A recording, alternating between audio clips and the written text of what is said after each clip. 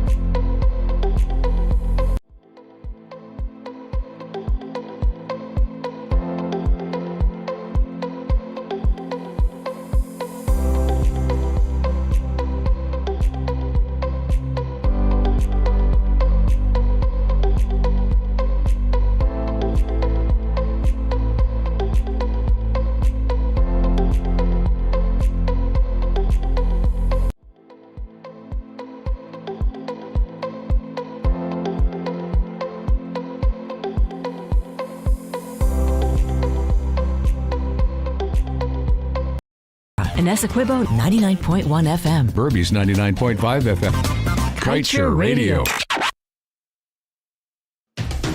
Diana, join me on the Lall Show every Monday, Wednesday, and Friday at 7:20 p.m. and a rebroadcast at 11 a.m. The Lall Show only on Kaieteur Radio 99.1 and 99.5 FM.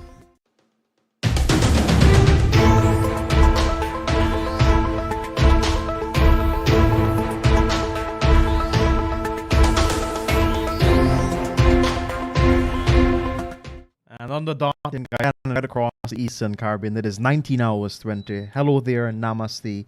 Welcome to the Monday edition of the Lall Show. Happy to let you know that you're not hearing my regular introduction by saying it's a rebroadcast. Like I would have mentioned yesterday in the entire of today, that it is time for a live edition because the man who went to Africa is back to Guyana. So, sir, welcome back to you. And just a point of note to the people out there, I think he wanted to start this program as soon as he came back, and he totally forgot about the souvenirs and products for his staff. So I hope it's in the suitcase at home. And tomorrow, seeing that tomorrow is no program, he's going to bring them and share it with the staff. With that said, sir, welcome back, and you were missed. Namaste, Josh. Namaste. I like how you're kicking gifts for yourself. But going to Africa, I lost my 2 suitcases. Oh, boy. So I had no clothes. So as I was traversing through Africa, I just had to keep buying clothes. And knowing that I lost my 2 suitcases, you think I'd taken a chance to check in suitcases again? But I did buy it, and I sent it on the plane. So when it arrived, all of you will get your gifts. No problem. I even bring gifts for all Guyana too, but a different type of gifts. I bring back the news out of Africa for you people. Let me say, I missed all Guyana, Josh, not only you. I missed Guyana. I listened to that music just now. I even missed that. You know, hearing it every Monday, Wednesday, and Friday, play before you get going on the program. Yes, it's stick in your ear. So just now as you were playing it, I was like, wow, I missed this this rhythm, you know. So Josh, your gift is on its way. Happy to know. With that, I say namaste to all you beautiful people. I missed you, like I said, and I missed you terrible. So let's get going. You ready for me? Yes, sir. The mic is on? Yes, sir. Yeah, so let's get going. I'm happy. Going to Africa. Going to Africa, Josh, is one of the best things ever happened to me so far. I have traveled a bit, you know, around the world. Across India, from north to south. I've been to China, north to south again, Taiwan, toured a few countries in Europe, England, and North America. And of course, this entire region I have been to, seen, and understand a little of their way of life, their culture, and their country. Going, Josh, to just a few countries in Africa give me a different perspective of life. I was able to see firsthand how third world leaders sell out their country and its people to foreigners for their own personal enrichment. Miss Harris, did I say namaste to you? Namaste. Special namaste. Yes. Miss Harris, I have a lot to talk about my experience in Africa on coming programs. For tonight, I just want to say Africa is extremely beautiful and the people are amazing. The concept I and many people around the world have of Africa is completely different from what it really is. All Guyanese, and let me repeat this because I want you guys to understand, all Guyanese need to visit there. You need to go on a vacation there. My next vacation is Africa again. Africa is extremely rich in resources. But the wealth is being carted off, just like what has begun to happen right here in Guyana. It's being taken away by the foreigners, leaving crumbs for the owners. Yes, the masses of the population in Africa are left to pound cassava alone with no planting, making fufu, which is extreme poverty. Miss Harris, you got to see it. The few who live good, and who live poor, live dirt poor. Africa is a place where the rich get richer and the poor gets hungrier. That is Africa. And that is where Guyana is heading with these sellouts for politicians we have. Ms. Harris? Yep. Corruption kicking racket across Africa. Just 3 days ago, ex-president Thabo Mbeki said his country is ready to explode if corruption is not tackled immediately. Can you believe 2/3 of the South African people are jobless, Wow. all because of corruption? Yep. The ex-president is calling on the current president, Mr. Ramaphosa, to take action against the previous president, a man named Zuma, for his role in corruption. You hear me, Bernard? Yep. An investigation was carried out, and the investigators found $4 million cash money stashed away in his farmhouse. Wow. They have now dubbed that investigation the Farm Gate. The Farm Gate investigation. Wow. Listening to the news while I was in South Africa, when the media asked ex-president Zuma for a comment on that $4 million found in his farmhouse, he said he don't know how the money meet there and has nothing more to say. Maybe Sue gave it. You know, I was driving in a car when that piece of news came on the radio, and I had to smile. That is Africa, uncle. Yes. Does that ring a bell here in Guyana? This newspaper have been talking for the last 27 years on corruption in every government, from top to bottom. And it is getting worse as the days goes by. A foreign news agency named Vice News came to Guyana and put ex-president Jagdeo in a vice where corruption is concerned. He's still trying to wiggle out of that vice the Vice News put him in. Yep. I came back only to see in the news how many international organizations and local entities, including prominent figures in society, is now calling for a full-fledged independent investigation of the Vice News corruption allegation against our Vice President Jagdeo.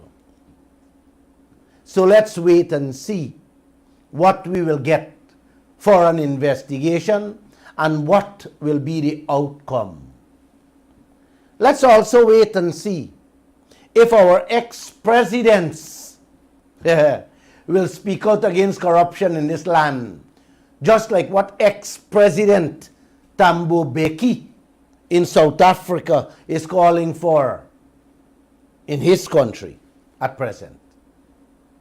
Ms. Harris, when you look at the cities in Africa, for instance, Johannesburg in South Africa was my first stop. Driving through that capital, the city, girl, I thought I was in the US or parts of Europe. Yep. The place, the highways, the ambience, the whole outlook of it had me saying, wow, wow. The driver even asked me, why am I saying wow? You know?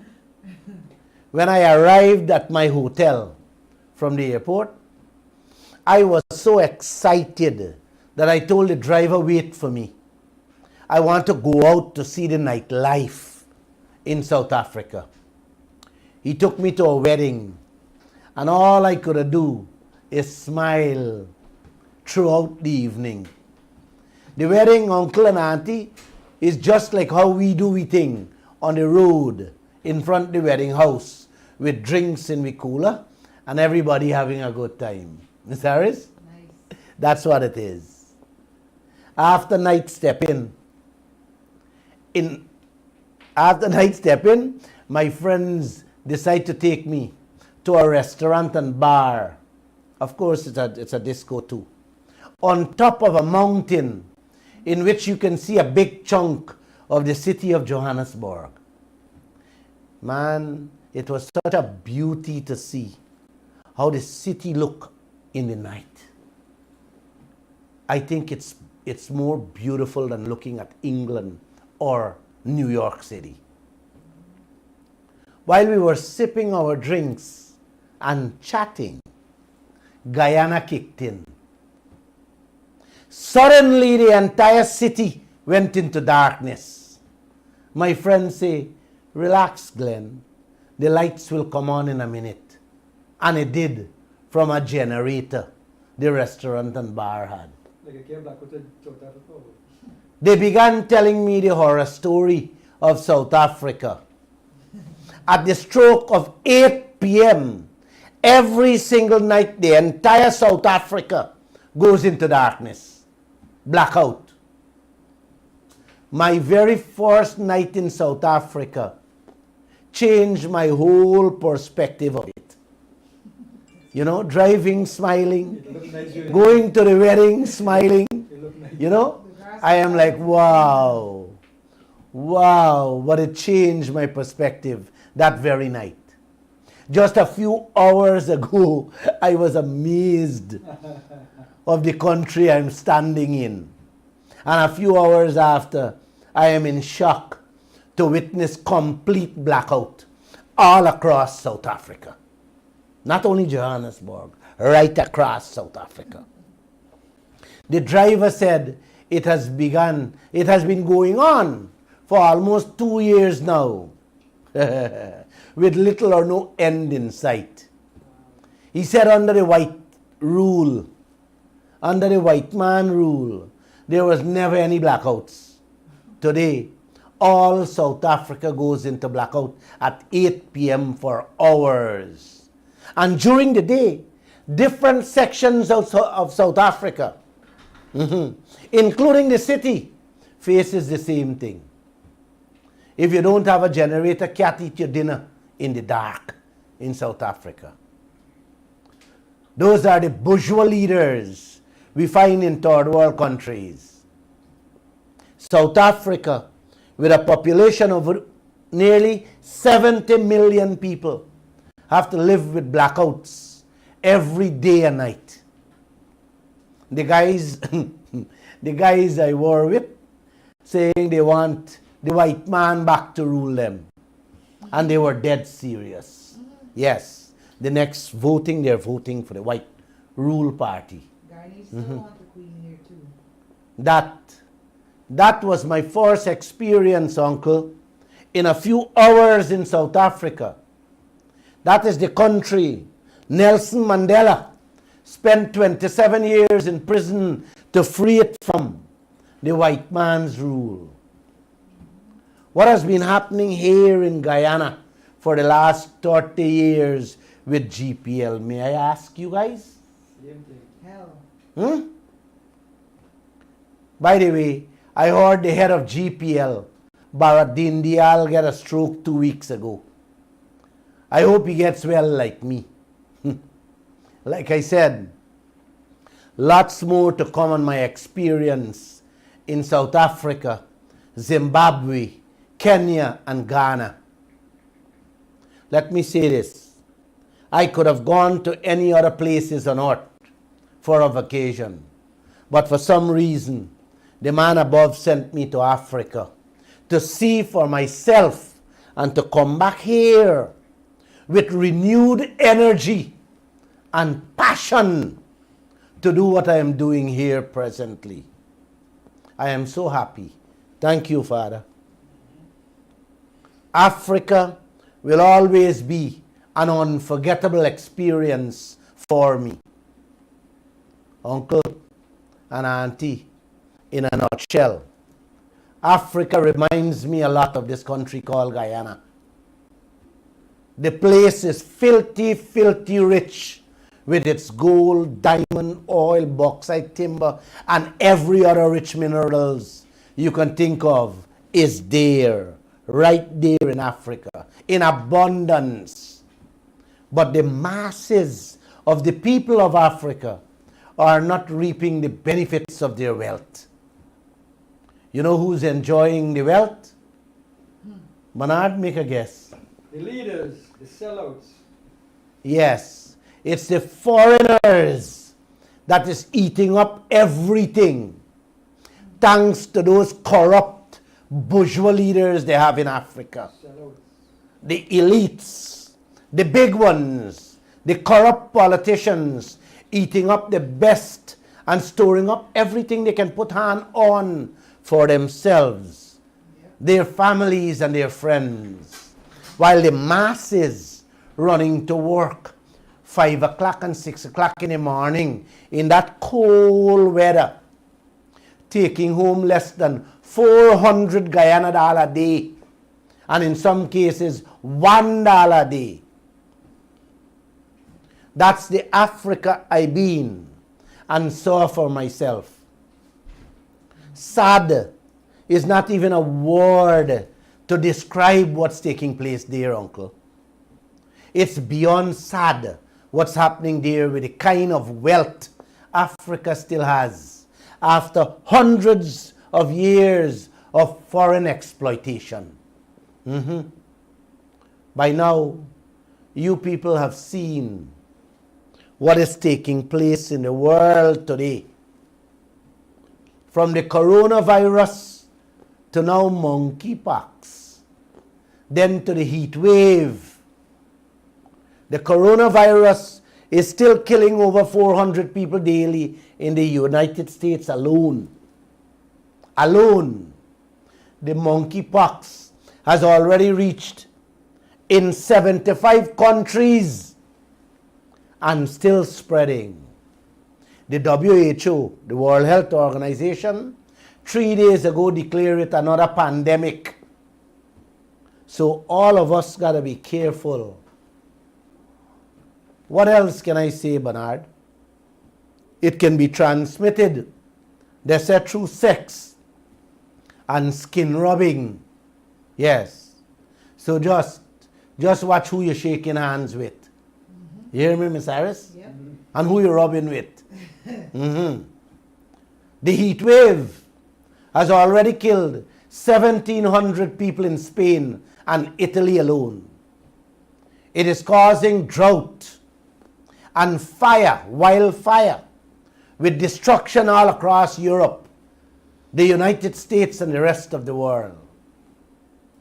Miss Harris, ExxonMobil flaring, burning the gas day and night out there, like there is no tomorrow, causing more and more harm to this earth in which we inhabit.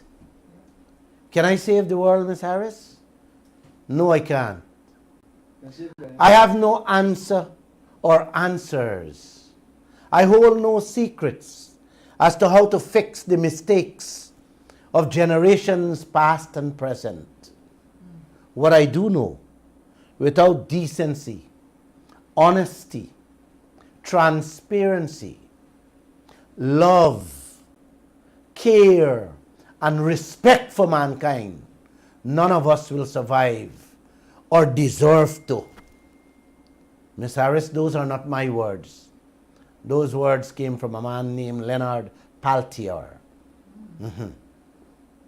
Now, brothers and sisters, ladies and gentlemen, my fellow Guyanese, let's talk about the crooked and corrupt politicians we have running this country called Guyana, with our wealth, our resources, and what is going on with it.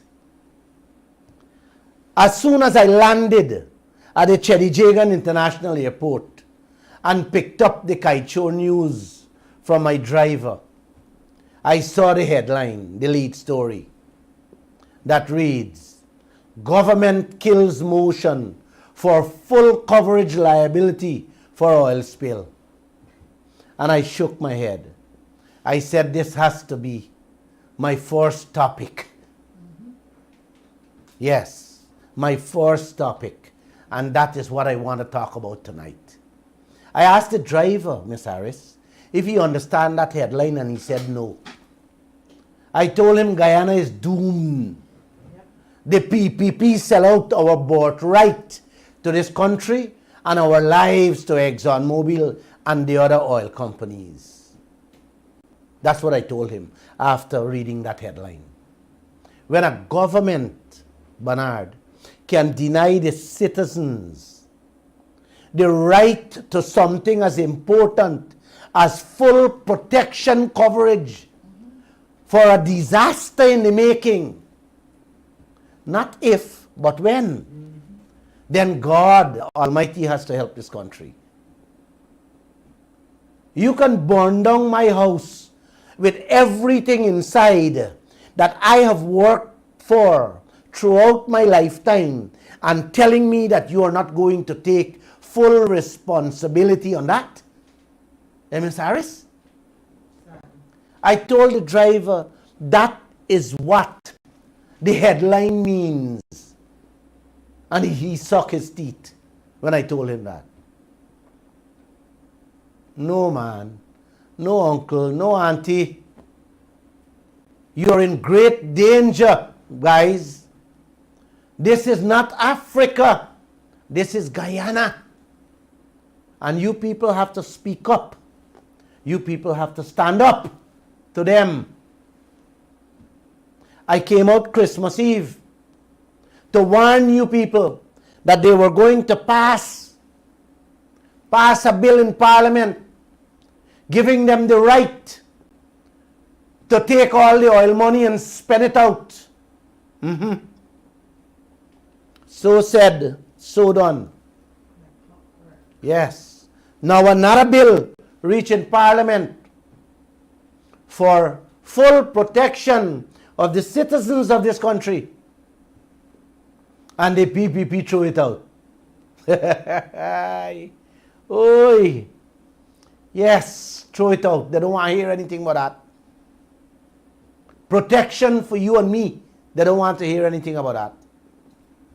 You know, Miss Harris, from the beginning of this oil sector, the people of this country has been calling on the government to have this contract with ExxonMobil renegotiated so that the people of this country can really benefit their rightful share of their resources. Apart from the contract renegotiation, this nation sits without the most important aspect, full insurance coverage, or better put, full liability coverage from an oil spill. Yes. I remember clearly when my reporter asked the Vice President Jagdeo about this insurance coverage. He first said they are working on it. You remember that, Ms. Harris? That was very quiet. Then when he was asked the second time, he said that has been an old, long-standing issue. And you know what? The answer is, you're not going to get a new answer from me now. Right now, the incorporated company, we're not going to get another answer from him now. But he went on to say, we believe the liability passes to the parent company. That's what he said. And he said, he believed that. I remember. Yes. The liability passed to the parent company. without any documentation signed that the parent company will take full responsibility for any damages caused. You must believe his belief. Yes. Yeah, Guyana must believe him. He is God Almighty. Whatever he say, we must accept. Yeah, without any signed document. That's facts. I have told you guys many times, not a sentence. Every word that Barra Jagdeo speak is untrue. Every word, not sentence. Don't trust him. Don't believe him. I have never believed him. Ms. Harris, when asked whether government is comfortable with that arrangement, the Vice President outlined the issue and said it will be addressed in the new licensing agreement with the Stabroek Block partners. That's what he said. That's what he said. These things have to be clarified crystal clear. They have to be crystal clear, the Vice President said. What has happened since then to now, Ms. Harris? Absolutely. Has he changed the licensing agreement with the Stabroek Black partners?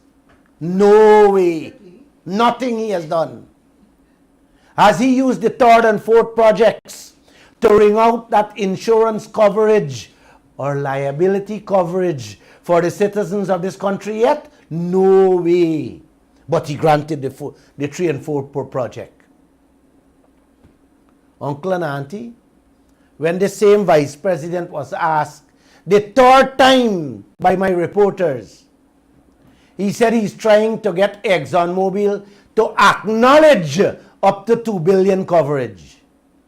Has he gotten them to acknowledge that up to 2 billion that he talked about, Ms. Harris? You must not. No way, Uncle and Auntie.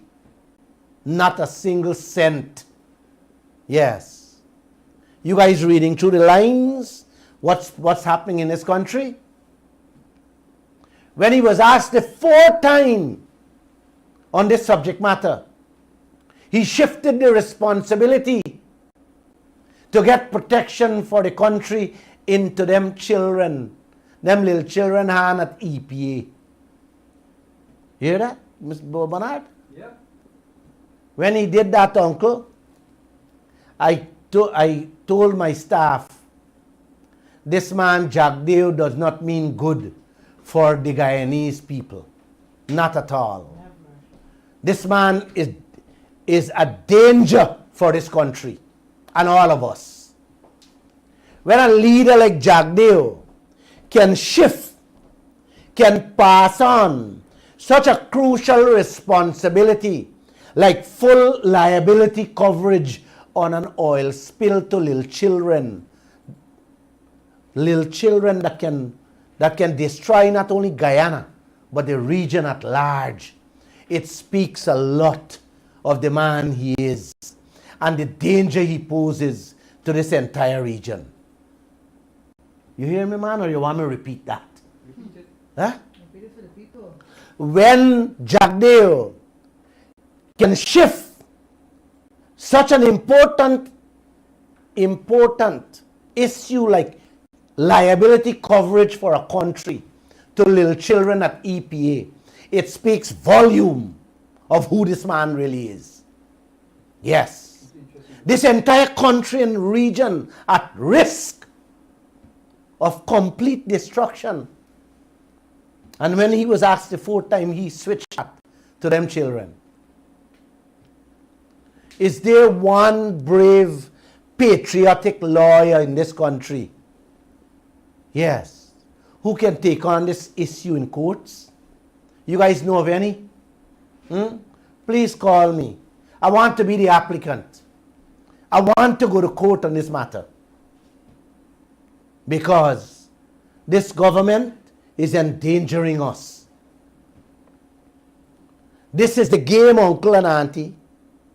This is the song. Jagdeo and the PPP is playing with this country's future.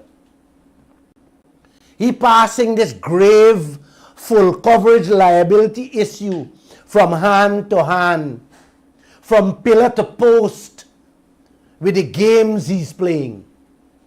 dancing and laughing with ExxonMobil, while we are left exposed, naked, vulnerable to this grave danger, uncle. That's what he's doing to us. I have talked umpteen times, countless times on this issue where this is not anything big or hard to obtain. And let me explain it so you guys can understand simply. Every license Jagdev issue, he had the opportunity to demand full liability coverage from ExxonMobil on an oil spill. But he didn't do it when he handed the third and fourth project license to ExxonMobil.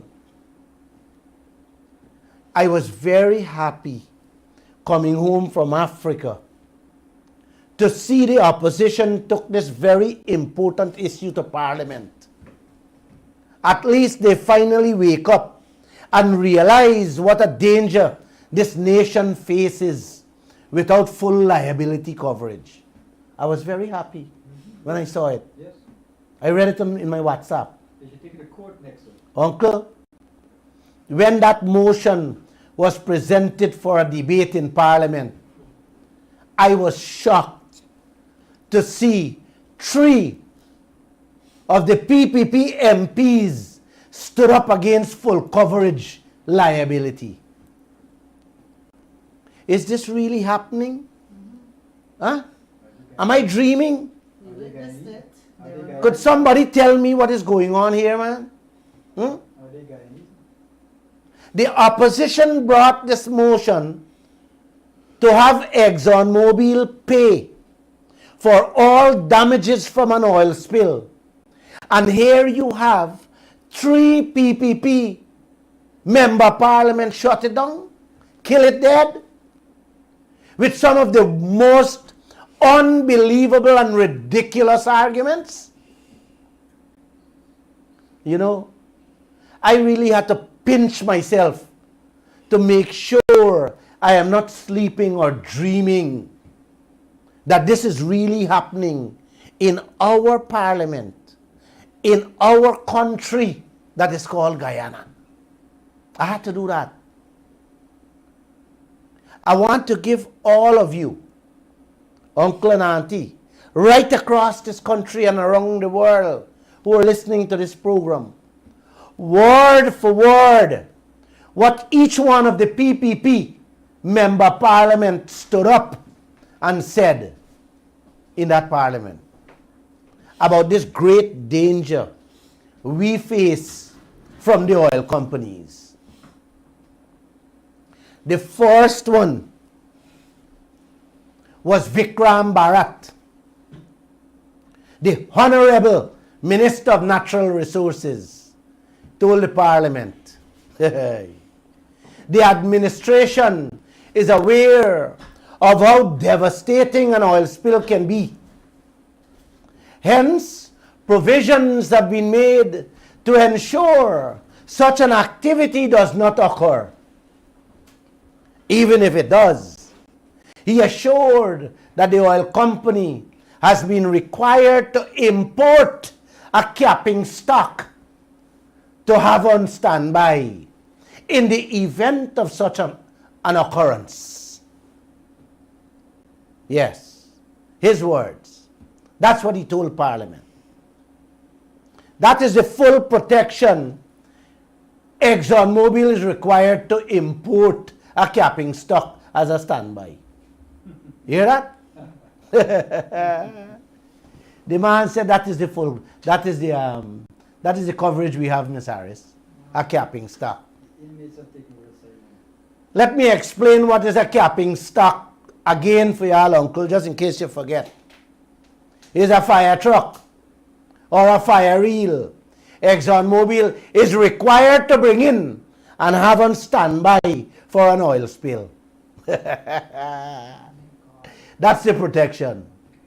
That is what the PPP minister comfortable with for Guyana and the region. having a fire reel at Stabrook Market, and by the time it meet the house on fire, the house burned down. By the time the capping stuck,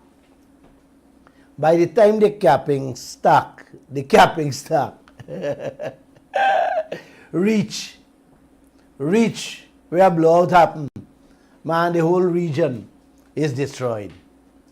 The region will be swimming in oil. Yes. This is the length to which this minister went to defend the ExxonMobil from not taking full responsibility to ensure that we are well protected and covered from a disastrous oil spill. Yes, a capping stock, a fire reel truck. Are you understand what I'm saying, man? Not full cover insurance or not full liability, not that. They're going to bring a fire truck when the place done burn down. So who's going to pay? Who's going to pay? We of Huh? course. My gosh. Sometimes, like I said, I want to like scream for Guyana. But I come back very happy from Africa. I can't talk about screaming now. Give it a couple weeks. You want to hear another clongish thing that came out of that same minister mouth in Parliament? Yes. Yeah. He said that Exxon's operation is about 5,000 feet down in the ocean. And if indeed their operations are affecting the fish, it would chase them into the fisherman's net. Genius. I don't, sometimes I don't know whether to laugh or to cry. When you listen to these clowns, it's sad, eh? Every time I open a mouth, Huh? it's so stupid. He said he don't know. And if indeed their operations are affecting the fish, it will chase them into the fisherman's net. I don't know, Miss Harris. I don't know whether to laugh or cry, girl. I would Huh? cry for that. I would Huh? try. A minister I say would that. cry for that. Man, Joshua, I don't think these people would believe me when I speak here tonight, because they would be laughing to say, no, Glenn Lall, you're lying. Could you play that tape for them? Let them hear it, man. Play that thing. Let them hear what the minister told Parliament. Play it for me, please. But the Liza 1 leads it to the development and the exploration activities that is occurring offshore Guyana is 100 miles away from the Kingston seawall, 100 miles offshore. The depth is over 5,000 feet, 5,000 feet of water. Mr. Speaker, it's hard to fathom that we have the kind of fish that we would catch in Guyana, swimming and feeding in 5,000 feet depth of water. I think it is almost impossible to do so. So to blame the exploration activities and what is happening offshore, I don't think it's quite justified. I don't think it's quite justified. As a matter of fact, and based on my own layman argument, and I often give this argument to people when I'm speaking, that if the drilling and the exploration activities offshore, 1,000 miles, 100 miles out, 5,000 feet deep, and you have exploration activities, vibration, what should happen, based on our common sense, is that it should actually chase these fishes closer to shore, into the nets, rather than away. No, he's telling a joke. That's why he's laughing. Oh, my God. That's Oh, my God. Oh, no. Uncle and Auntie, what you already hear? Vikram Bharat telling Parliament not the oil operation drive away the fish. They disappear into thin air, just like that. Wow. That clung for a headmaster. Telling this nation those words. In Parliament. Could you believe this thing, man? Highest On body the of land. record.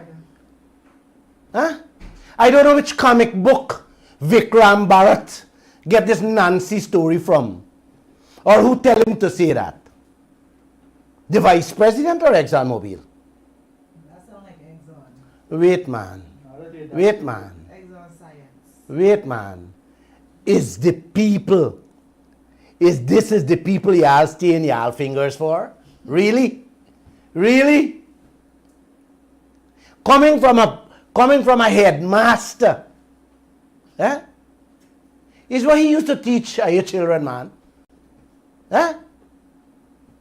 God help your people, man. I can't.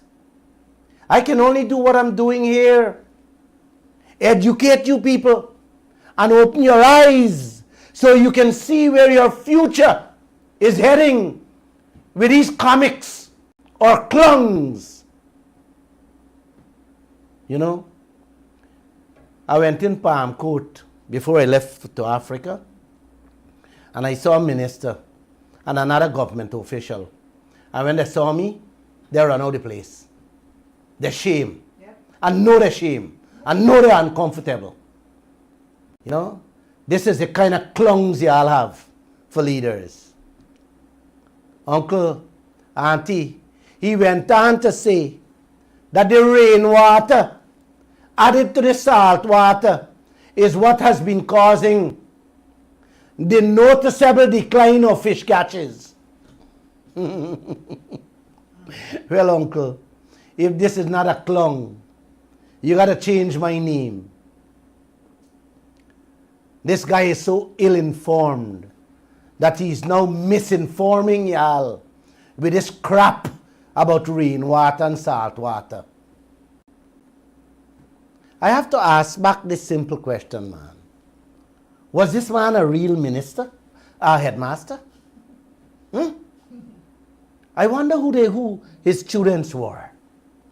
What have they become by chance? You know of any one of them? They are so bent.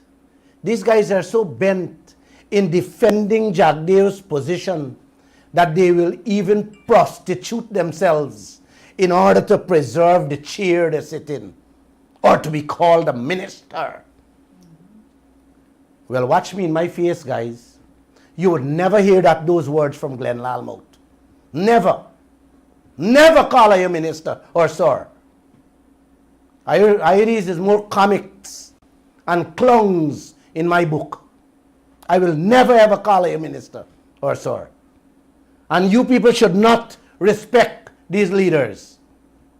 No. Not for them things that y'all hear them talking, man. Come on. Imagine to this day, they can't come straight to the people of this country that the oil operation out there destroyed the fishing industry. Huh? Now this moron telling us the salt water mixed with the rainwater reduced the fish catch. Come on, guys. Come on, brothers and sisters. Come on. Don't do this to yourself. Don't allow them to do this to yourselves. Don't. Then you have Minister Roopson Ben, who told the Parliament the motion was a waste of time. Yes. The minister who's responsible for the day-to-day protection of the citizens of this country now telling the Parliament that the full liability coverage Patterson brought to Parliament is a waste of time. Is who this other PPP stooge defending and protecting? The Vice President or ExxonMobil too? Miss Harris, you know which one, eh? Exxon is certainly not. Could you believe this thing, man? This is the same man who jumped on the bandwagon when Jagdev said the airport, what a building, will be a hub for Africa.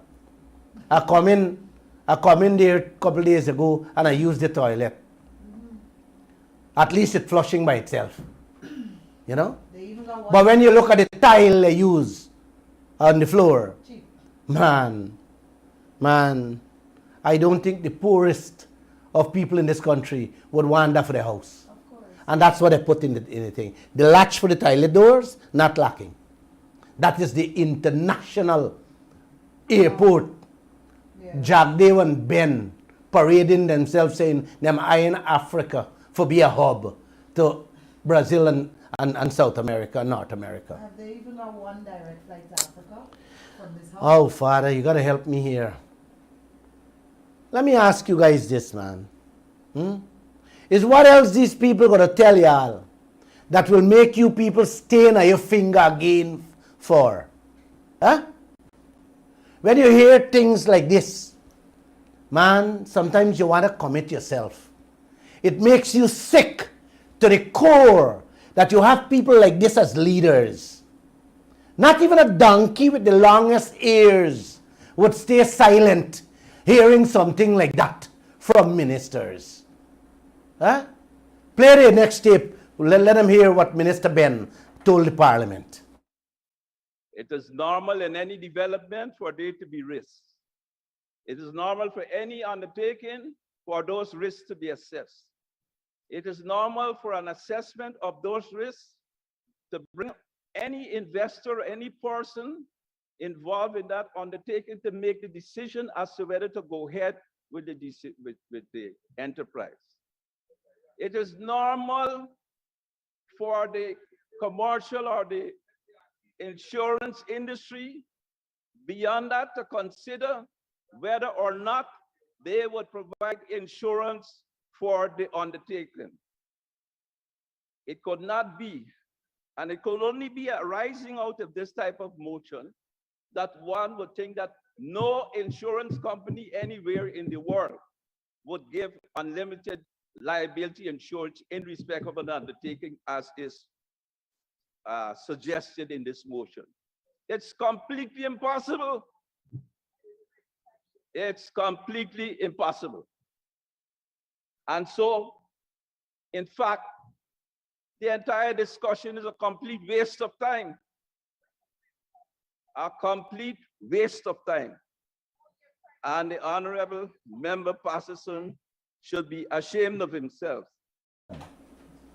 Oh my God. The Honorable Minister Patterson should be ashamed of himself to bring such a motion in Parliament. It's a waste of time. That was the words from Roopson Ben. You heard him for yourself, man. He talked about no insurance company anywhere in the world would give unlimited liability insurance coverage as is suggested in Patterson's document. Listening to these clowns, you want to ask yourself if they're really working to secure you and your country, your livelihood. Yes. With what he said there, Ms. Harris, clearly shows he's towing the line Barra Jagde wants him to tow. To hell with insurance. To hell with liability coverage. Yes. It's too expensive for ExxonMobil. Destroy Guyana and the region. That's what he's basically saying. They don't care because they have their own interests. Yes. Set aside, Uncle and Auntie. The man talking about no insurance company will give unlimited coverage. You know, he must not even have read the document Patterson presented in Parliament. No. Because Patterson didn't ask for full cover insurance from insurance company. Patterson was talking about Mr. Roopson Ben. Sorry, Roopson Ben. The man was talking about full liability coverage for an oil spill. That is what the man talking about. From the oil companies, the parent companies, ExxonMobil. That is what he was talking about, Ben. Then you have the other minister, this one named Indar. He used to be a very impressive young man whenever he spoke before he became part of the government. As soon as he became minister, he became a circus clown. He take away the whole cake in Parliament on Thursday on the same subject matter. He said the motion Patterson brought is meant to show you the extreme of what can happen from an oil spill, and that is meant to drive away investors. Wow. You hear that? Those are his words. He said, what the document intends to do is show you the extremes of what can happen. Wow, wow, wow. This, what they have drawn, meaning the document Patterson has drawn, is the example of the extremes. I suspect and believe that this motion is designed to chase people out of this country, literally chase people out of this country. That is what he told the Parliament. Could you believe that? Those are the words came out of his mouth. A man who I used to admire when he speak before he was in Parliament. Uncle, imagine the opposition telling the Parliament in a document about the grave danger hanging over the head of every citizen of this country and the region at large. And this PPP clung, saying that Patterson gone to the extreme and that gonna chase away investors. Can you believe this thing, man? Can you believe your brother, your minister of government, who's supposed to be taking what Patterson presented and press for the motion to be passed, in which we can be safe and secure from an oil spill? This clung telling the nation that if we do that, we're going to drive away investors. Asking for the oil companies to take full responsibility for an oil spill is chasing away the investors. Asking ExxonMobil, who get in oil for free, paying no taxes, giving us 2% royalty, taking back the 2% royalty, them chaps is defending them, not taking full responsibility to safeguard Guyana and its people. Is how much more we can take from these people, man? Guyana, what is happening? It is so sick, eh? Sometimes you gotta ask yourself, who really they're at in there asking, speaking for, standing up for, defending here, man? Guyana or the foreign investors? Your entire house could go up in flames with everything you have worked for and on. You are telling your parents, please protect us by getting full coverage for the house in case it burned down. And your parents saying it is too much to ask for. Your life savings at stake, Miss Harris, including your very life. And you parents saying don't take worries. That is what the ministers is actually saying, uncle. Especially Minister Indar. Would he say that for his personal property or his business? Never. No, chance in there. If his family fortune is at stake, would he say that? You guys tell me. Tell me which one of them in Parliament didn't secure their properties with full liability insurance, protection, or coverage. You know of any one of them? I don't know of any one of them. I know every one of them got insurance in a place. Then the same Indar went further to say, any person that runs a business in their right mind, frame and sense would never commit an unlimited liability. The reason being, he said, how do you calculate unidentifiable costs? How in the world does a company do that to calculate those costs? How do they account for that in their books on a yearly basis? That's what he told the Parliament. Could you play that tape for let the people hear him, man? Superflux. This document is an outlier. What this document tends to do is show you the extremes of what can happen. This is what they have drawn is the example of the extremes. my colleague Minister Ben, said mischief is afoot. I suspect and I believe that this motion is designed to chase people out of this country. Literally chase people out of this country. Mr. Speaker, I'll tell you why. It's designed to do that. It will, hold on. I listened to you all quietly. I didn't disturb you all. You listen to me now, sir. Thank you. Mr. Speaker, I want to bring to the attention that this motion that was brought here speaks about transnational effects of oil spill. There is a whereas column here. There's a whereas paragraph that speaks to transnational. It speaks to the Caribbean risk of the Caribbean countries being affected by the oil spill. It speaks to the cost, about $70 billion. It speaks to a whole host of things. But what it also speaks about, Mr. Speaker, is unlimited liability. Now, any person that runs a business in their right mind, frame, and sense will never commit to an unlimited liability. The reason being is, how do you calculate unidentifiable costs? How do you calculate inestimable costs of future claims? How in the world does a company do that to calculate those costs? How do they account for that in their books on a yearly basis? How? Wow. Indar. That was Indar, Deodat Indar. Indar, let me say this. Your eyes past the Guyanese people to defend insurance companies.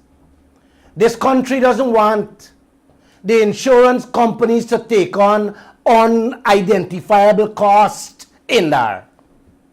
This country wants, if you read the document what Patterson presented, we want the parent company of ExxonMobil, Sinnock and Hess Corporation, to sign a document to be legally bounded for any damages caused to this country and its people and the region at large in there. You don't understand that? It is that simple. ExxonMobil, Hess, and Sinnock must pay Guyana if and when an oil spill happen out there and cause damages. That's the end of the story in there. You know, I am surprised at the length you people will go to deny the people of this country the peace of mind that belongs to them. You guys should go bag your face or tell your parents to bag it for y'all. Jack, they really got y'all selling y'all souls, that y'all lose all your dignity and self-respect. It is sad. It is sickening. And it's pathetic to listen to this sellout that is endangering our present and future generations. Come on, man. Come on. Come on. Get your acts together. All we're asking for is full liability coverage. You clowns. What is so difficult about that? Before I take your calls, I just want you guys to listen. Listen to Ashney Singh. Listen to Ashney Singh. What he had to say. I didn't hear him speak. But I would like you guys to listen to him. What he had to say earlier on that same insurance liability coverage. Please listen. I look forward to the day when these companies will identify and seize opportunities beyond the Guyanese economic space. I look forward to the Guyanese companies of today becoming the large regional companies companies and the large regional conglomerates of tomorrow, and indeed becoming companies with an international footprint. And it would have been remiss of me not to seize the opportunity today. Like I said, I think what Asuria is doing is absolutely fantastic, and we want to see more of it. But I also want to see Guyanese companies doing the same elsewhere in the region. And through the medium of the opportunity that you've presented me, I wanted to make that point. There is a second point that I would like to make, and that's a point that I would like to make as it relates to the insurance industry and insurance products. It's absolutely fantastic that Asuria is here and that the insurance industry will expand, no doubt will expand with Asuria's expansion in Guyana. We think that's a great thing. And I will make a point that I made in 2012 when Asuria entered the market. I feel very strongly that insurance is not discretionary or optional expenditure. There are a lot of people in Guyana who believe that insurance is something that perhaps you can afford to do without, or you take the absolute minimum insurance that is required because you must have insurance. You take some minimum insurance just to get by.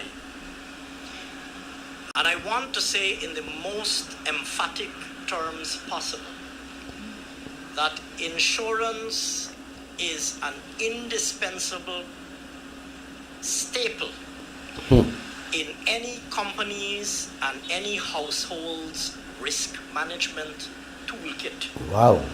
When you speak of risk management, you can't speak of risk management either from a business standpoint or even a household standpoint. You can't speak of risk management without considering the importance of insurance. Wow.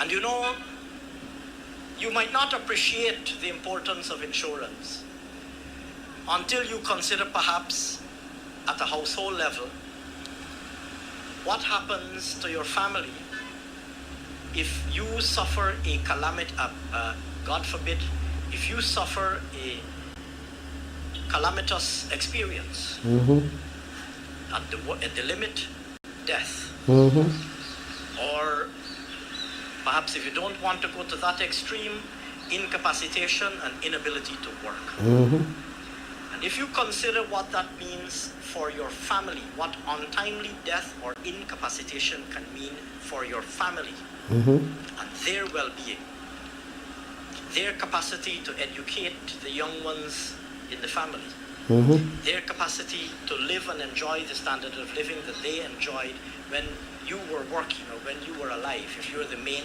breadwinner of the family. I think if you pause for a moment and you contemplate, and I'm speaking here about insurance at a personal level, if you contemplate for a moment what untimely death or incapacitation can mean for the well-being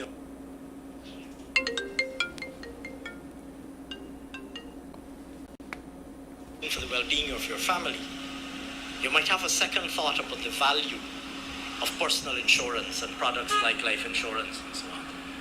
The same applies to things like fire and other risks. We don't think about it until we suffer a calamity. And then when you suffer a calamity, you discover, the dire straits that you are in. Likewise with businesses. This is not something that is unique to households. It's something that businesses face as well. Sometimes you might think that we might be saving by taking the absolute minimum insurance. We take the absolute minimum just to get by because the law says that we must have some minimum insurance.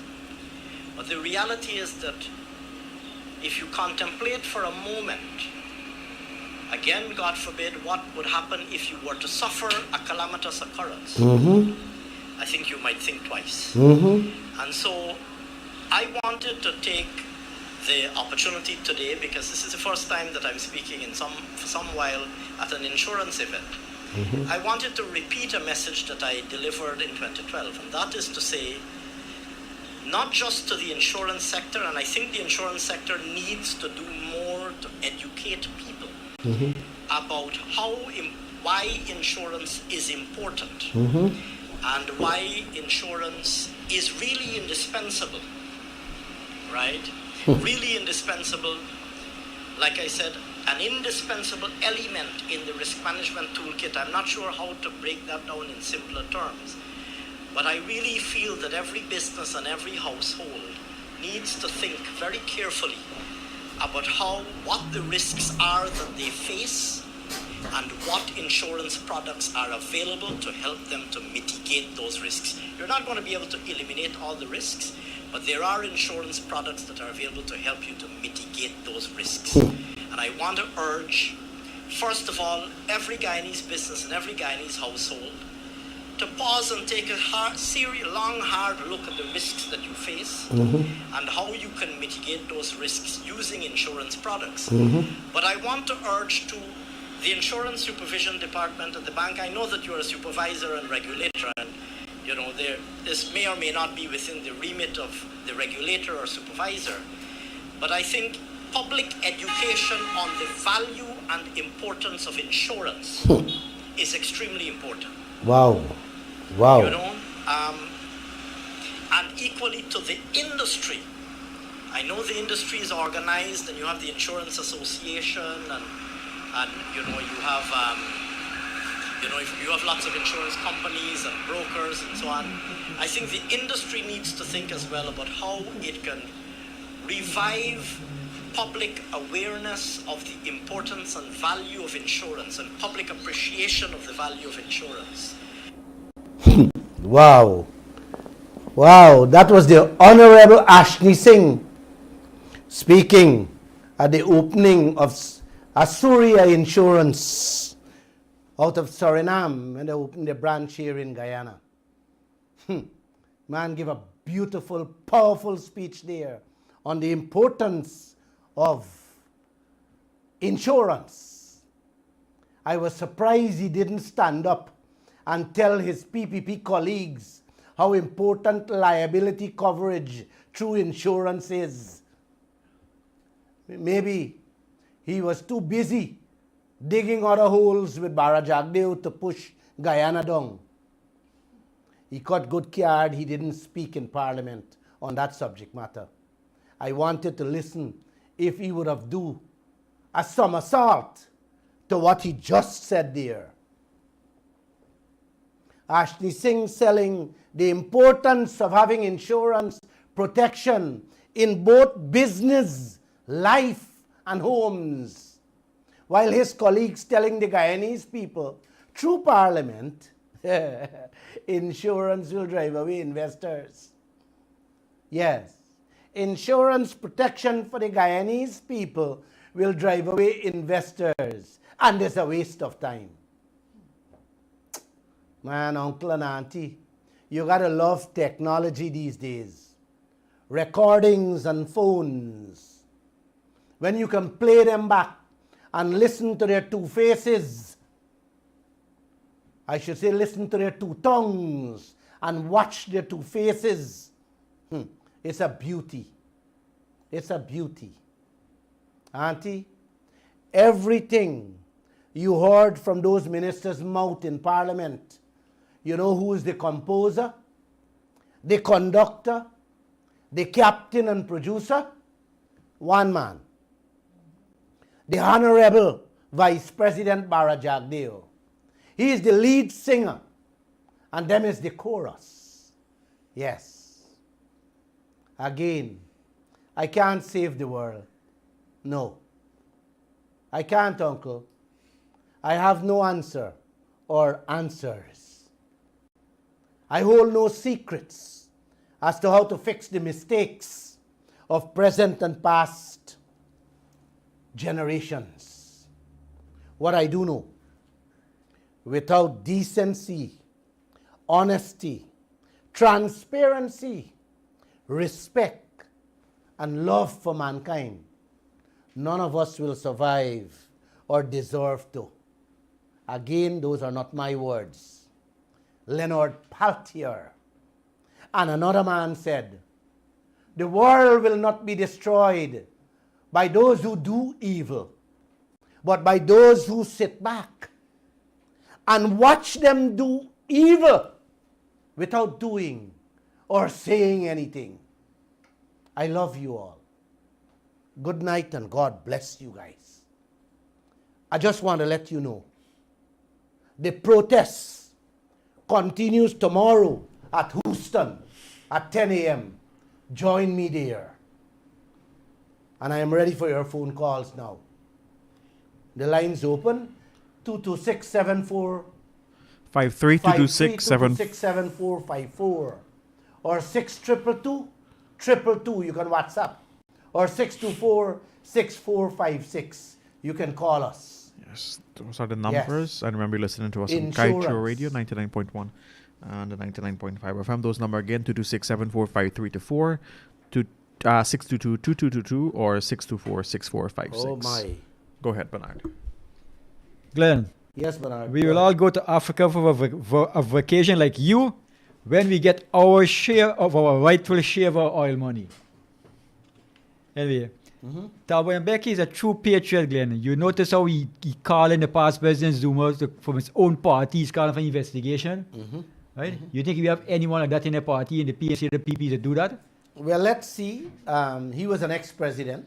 Right. And he's now calling on his party member, who was also president, That's right. right, to be investigated. Right, because he is a man of integrity. Exactly. Right? He has principles. Just because you're a member of your party doesn't mean you can't do wrong. And when you see them doing wrong, you have to stand up and speak out. You find $4 million US in his farmhouse, and he didn't know. Like he get another sue over there. He got more than sue over there. You know, this is the kind of disrespect they do to you. You know, when the Vice News break that story, I didn't want to say much on it because I thought it would have been a distraction to the bigger picture of what's taking place. But in hindsight, when you look back, you have to. There must be an investigation into the allegation. An Because impartial. too much things have been going on in this land. Exactly. An impartial international investigation. And these guys are extremely quiet. Good evening. You're live on the air. Hello? Good evening. Yeah. But I'm glad you went to Africa and see the future that these guys have in plan for us. Because instead of being like leaders like Norway and Canada and Botswana, they want to be like the leaders of the corrupt clowns like in Equatorial Guinea and Chad and Sudan, you know, where they steal all the money and take it away to a foreign country and leave nothing for the people. Yeah, but right in Ghana where I was, you know, I don't want to talk about Africa a lot. Piece by piece I'm going to talk about it. But the African countries, what I went there and saw, is beginning to happen here. It has been happening all the while, all along, but in a small scale, right? It was a big scale before oil, right? And it used to happen. But now you're beginning to see everything is very clear. Right. Everything Jack Dave does, the PPP does, they are defending the ExxonMobil and everything. They're defending the exploitation. Look. Because they are part of it.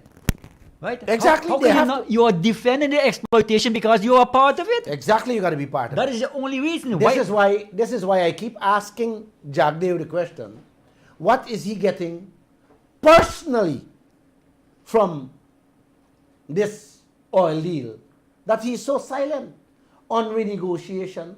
A simple thing like your 2% royalty that you're getting. He could not be very clear with this nation as to whether ExxonMobil is giving you in the right hand and collecting it back in the left hand. And they have not come out on to now, right? And said clearly, yes, they're taking it back. Nothing, we don't know what's going on. This is the man that is heading the oil sector. This simple insurance. As a Guyanese, why wouldn't you want the oil company to take liability? You're not asking for anybody to pay any insurance. You need a commitment from an oil company in case there's an oil spill, which every time they drill another 25-well campaign again, it's every well they drill increase the chance of a blowout. All you ask for them to guarantee that they will foot the bill, they will fill the cost in case of an accident. My friend, it's not about if. It's about when. Yes, every news hole you drill there. And every oil country across this world have oil spills. Yes. Trinidad says they're having 4 or 5 spills Every year. That is why countries all over the world requires full coverage insurance in case of an oil spill. What are we? Are these people Guyanese, man? Do they? Why would they want? But if you notice the slant, right? The line they're towing, they're trying to say that no insurance company will blindly give full insurance to something that they are uncertain of, to a cost, not something, to a cost they are uncertain of. And that is correct, Ms. Harris. It is correct. Okay? But the nation is not asking to get insurance coverage from insurance companies that they don't have an exact cost. The country is asking that the parent companies of all three, Sinnock, Hess, and ExxonMobil, take responsibility. Give us a legal document to say when this happens, they will be held responsible. It's like they talk in Parliament about the Gulf of Mexico oil spill. British Petroleum had already spent 70 billion American dollars And it's still paying more. and still paying on to this day. What, 12 years later? Because America didn't play with the British oil company. They said, no. You will pay everything here. And this is what BP end up in. And that's all we're asking for. And America is the richest country in the world. We are not asking to have insurance company take on something that they can't handle. No. All we're asking the parent company to take full responsibility. And according to Vincent Adams, Exxon had agreed to sign that agreement. And they didn't. And Jagdev fired him after. You see? This is what happened. It's distraction. They distract you from the point. No. Jagdev doesn't want anybody. If Exxon think you will be Opposed to them. yes, opposed to them, they will get rid of you. Yes. And that's why they get rid of Vincent Adams. Yes. You understand? Because Vincent Adams told them plainly. He told the Kaieteur, he came here and told us clearly that he told ExxonMobil, no, I will not approve The second project Lisa two. without having this in our hands.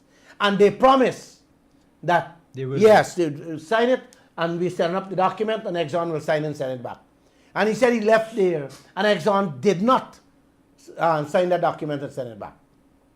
He even went as far to say that when the government changed, Jagdev knew that ExxonMobil promised to sign taking on full responsibility of any damages caused beyond what the three subsidiaries insurance have.